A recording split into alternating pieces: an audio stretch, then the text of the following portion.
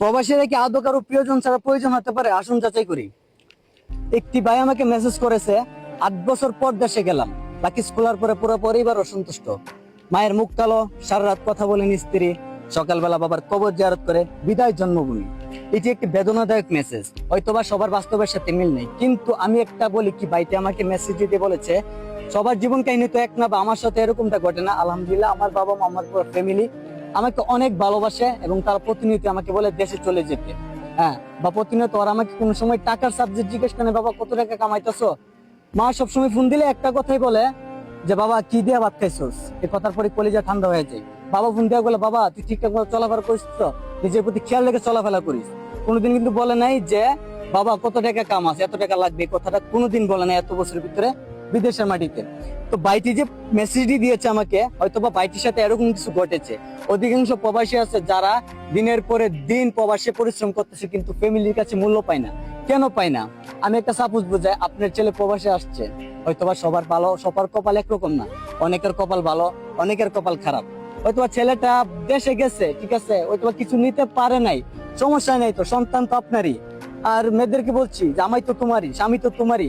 তো এখানে মুখ কালো, সারা রাত কথা বলবা না। একটা ভাইয়ের বাইটি পরের দিন, মানে আজকে গেছে বিদেশ থেকে, পরের দিন বাবার কবরটা জিয়ারত করে সৌদি আরব চলে আসছে। ভাইটি আমাকে যে খুব দুঃখের সাথে মেসেজটা করছে, জানি না ভাইটি কতটুকু দুঃখ নিয়ে বলতেছে, ভাই আমার এই বিষয়টা নিয়ে কিছু কথা বলেন।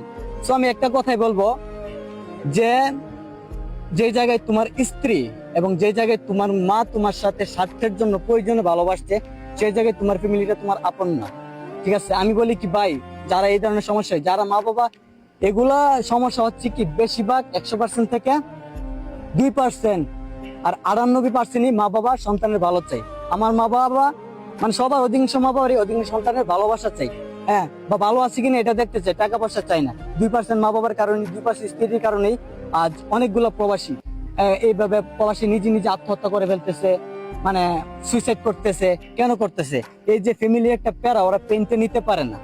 হ্যাঁ, তো আমরা বলি কি, প্রবাস ভালো খারাপ মিলেই বিদেশে আসছে, হয়তো আপনি উৎসাহিত দেন, আপনি ভরসা দেন। স্ত্রীদেরকে বলছি, আপনারা আপনার স্বামীদেরকে ভরসা দেন। মাদেরকে বলছি, ছেলেদেরকে ভরসা দেন। দেখবেন যে এমনিতে অনেক কিছু করছে, স্ট্রাগল করবে। আর এইভাবে দেখেছি কি, আপনাদের এসব ব্যবহারের কারণে, এটা কিন্তু বাস্তব ঘটনা, আমি কিন্তু গল্প বলতেছি না। একটা ভাই আমাকে মেসেজ দিয়ে বলতেছে যে ভাই এটা নিয়ে কিছু বলেন, আমি খুব কষ্ট পাইছি। তো মেসেজটা দেখে আমিও খুব কষ্ট পাইছি। এরকম খুব কমই হয়। তো ভাই তুমি তোমার নিজের প্রতি দেখো, নিজের ক্যারিয়ারটা নিজে দ্বারা করো, বাধ্য ফ্যামিলি, এরকম ফ্যামিলি দরকার নেই। যে ফ্যামিলি তোমাকে ভালোবাসবে তাকে তুমি ভালোবাসবে। আমাদের ফ্যামিলি দেখো, আমাদের ফ্যামিলি আমাদেরকে অনেক ভালোবাসে। মানে বললাম না, এর থেকে ভালোবাসা আর কি হতে পারে? কোনোদিন টাকার কথা